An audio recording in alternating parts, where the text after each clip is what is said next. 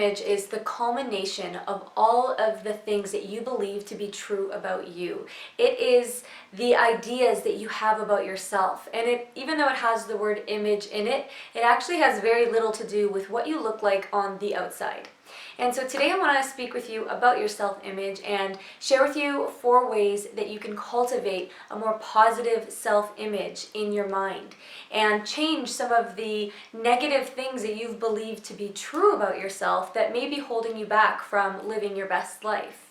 And I first got introduced to this idea of our self-image by Earl Nightingale. So I'm going to link one of his talks down below. He's a huge inspiration to me and someone that I've been listening to for years, and so I think you will enjoy listening to that as well. A negative self-image can really diminish the quality of your life. It can really affect how you feel about yourself, how you feel about your worth as a human being, and it can really prevent you from living your best life, essentially. And so I'm sure you've heard of an example of someone who's maybe a famous actress or someone who's a model, or someone who many people admire, and then when they get real and open up in an interview and they say things like, I actually have always felt ugly on the inside, or I've never really felt worthy on the inside, and you're thinking, how is that possible? This person seems to have it all together. This person seems to be living the dream life. Well, their self-image might not be in line with the perception that people have of them. And so some of the things that can contribute to our self-image are the things that we were told about ourselves at a young age, especially really, really young, because under the age of 6, we're kind of sponges. We just absorb what we hear as truth, and we don't really have that rational mind developed yet, so we just kind of take in all the information. So if you heard at a young age, you're stupid, you're ugly, you're not as good as your brother, you're not as good as your sister, ideas like that can really stay with us for many, many years, and you might not even realize that you're kind of playing that old tape recorder message back in your mind today, and it's affecting your life right now. And so some other things that can affect it are, trauma or tragedy that you've gone through, or some really big disappointments in your life that made you believe that, you weren't worthy, or you were somehow defective as a human being, or not good enough. And so in order to kind of move past all of that, I'm going to share with you 4 steps that can be really, really helpful for cultivating a positive self-image. Creating a vision of yourself in your mind as the person you truly want to be, the best version of yourself. And so the first step in changing your self-image is to focus on your strengths. Often we feel like in order to change things in our life, we need to really put a lot of attention on those things that we want to change.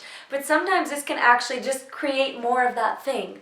Redirecting your energy toward the things that you already like about yourself can be so, so powerful and can really affect how you feel. So for example, maybe you want to lose weight and you've been wanting to lose weight for a really long time. And when you look in the mirror, that's all you focus on, and you think, I have to keep focusing on this because I want to change it so badly. And maybe you're hard on yourself and you're criticizing yourself. That is going to really affect the self-image that you have of yourself. And this is not saying that you can't still focus on your goals, but having a positive self-image is going to make you feel confident, and that's actually going to help you toward those goals. So instead, look in the mirror and find one thing that you love about how you look. Maybe you love your hair, or maybe you love your freckles, or maybe you love the color of your eyes, or your smile, or your sense of style. Find one thing, and I challenge you to do this starting today. The next time you look in the mirror, when you're washing your hands, look up and notice something that you like, and just put all of your energy on that and compliment yourself on the inside. It's so important to be your own best friend. I talk about this a lot. I love this concept of learning to become your own best friend.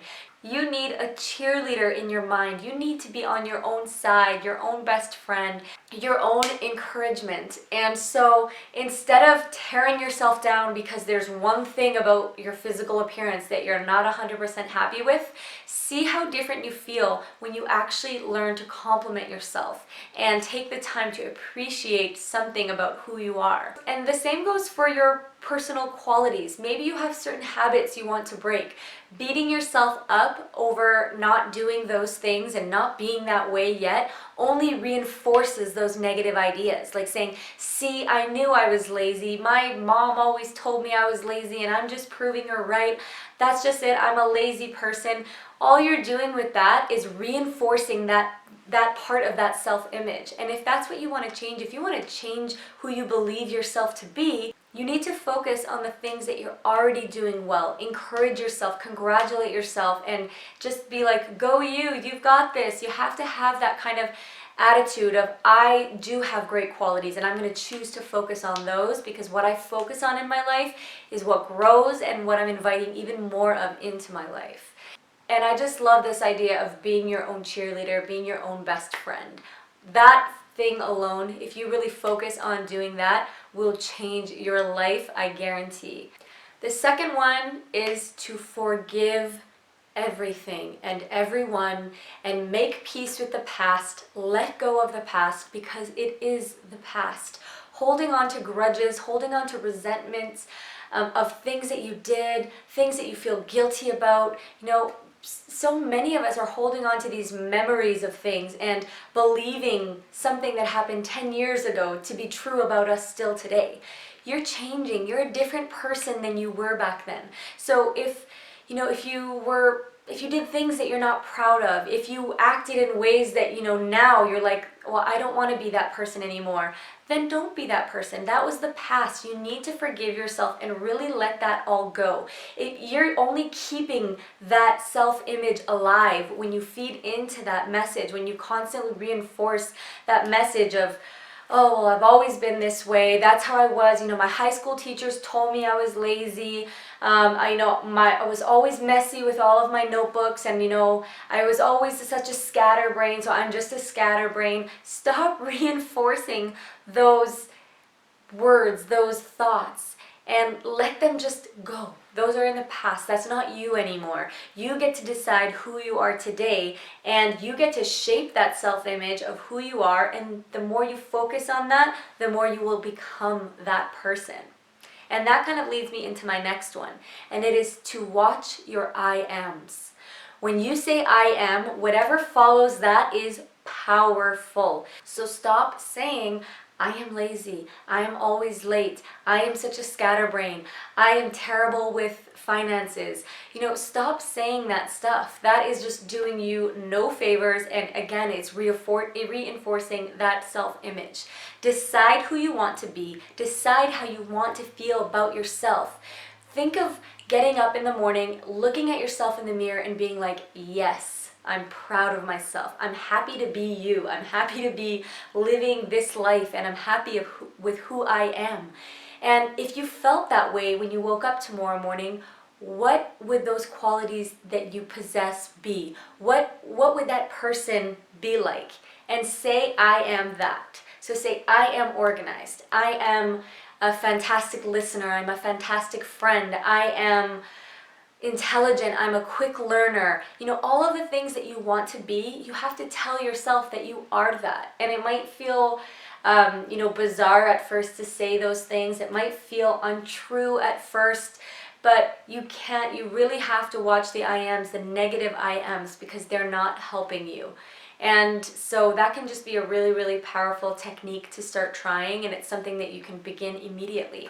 All right, number 4, the fourth way to change your self-image is to carry yourself like the person that you want to be. So the version of you that you want to be, the best version of yourself, if you felt that way right now, if I just snap my fingers and boom, you're that person, that's you, how would you walk? How would you speak? How would your body language be? It is very, very difficult to carry yourself like this, looking down, slouched over, and feel great about yourself. If you did that all day long, it would affect your mood. You'd feel sad, you'd feel low, you'd feel down. One of the most interesting things I learned, I remember hearing about this study many years ago, was that, we know that when we feel great, we carry ourselves a certain way, and if you were to think of what do you picture a confident person looking like, usually people would say standing tall, shoulders back, great at eye contact. But the opposite is also true. Carrying yourself confidently can actually make you feel that way. So it works both ways. You can start to carry yourself in a confident manner, in a way that you want to feel, and it actually affects how you feel about yourself. And so that's something to be aware of. Use the mirror for this. Let the mirror be your best friend. Actually just stand in front of a full-length mirror and say, what would my stance be like if I was the best, most confident version of myself? What would my ideal walk be like? How would I speak? What would my tone of voice be like? How would all of my mannerisms be? And practice them. Practice them in front of the mirror. Practice introducing yourself, being the most confident, happy version of yourself. Would you say, hi, I'm Melissa, nice to meet you? Or would you say, hi, I'm Melissa, it's really nice to meet you? You might feel weird about doing it. It might seem like, oh my gosh, I'm talking to myself in the mirror. I'm, trying all these different postures out. But I am all about doing what it takes in order to get the results that you want. Say the affirmations out loud if it makes you feel great. Sing them if it makes you feel even better. And so I hope you find that these tips are going to be helpful for you in your life. I love you so much for watching. Be sure to thumbs up this video if you learned something or found it enjoyable to watch. And I will see you next time.